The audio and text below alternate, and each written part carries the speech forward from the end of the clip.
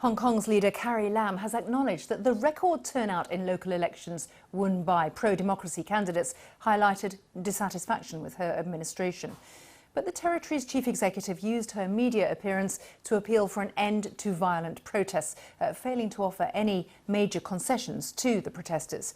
With 17 of the 18 district councils now controlled by pro-democracy councillors, we wondered what the reaction has been in the mainland media a day on from the announcement of these dramatic results. Well, with me to talk about this is our China media analyst, Kerry Allen. Kerry, I thought it might just not really have appeared in the Chinese mainstream media, but it has. It has, yeah, and it is a surprise because, I mean, this is just like district elections normally deal with things like bus routes, so it's electing councillors at that level. And this is just, as China sees it, a small area as a part of a bigger China. Yeah, 2 days on, I mean, yesterday it was big news in national papers like the Global Times, and today as well there are still headlines appearing in this newspaper. Let's have a look, actually. Let's have a look first at the Chinese coverage. Kerry, you can tell us a little bit about what is being said here. Yeah, so the headline of this is that the Hong Kong election, the district elections have finished. They went smoothly, but also there's a small subheading which says that there's still problems, there's still work that needs to be done in relation to violence in the area, and the demonstrators are described as the conspirators of chaos.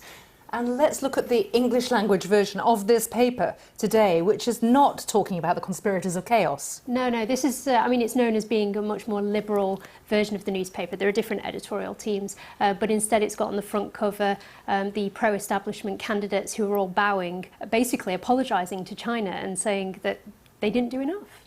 So that is really interesting, isn't it? And a phrase like conspirators of chaos reflects the view we heard from Beijing, which is it's got to be about law and order first. It's not a democracy issue, it's a law and order issue. It is, yes. And I mean, one of the angles that they've been putting out, I mean, which was very strong yesterday, was the suggestion that the election was rigged. And they've now kind of toned down this suggestion, but there's still a lot of rhetoric, particularly on Sina Weibo, which is the equivalent of, say, Facebook or Twitter, suggesting that there was US interference, or that, I mean, the US with its Hong Kong law that it recently decided that it was going to move ahead with, the suggestions that this was influencing the election and that pro-establishment candidates needed to do more.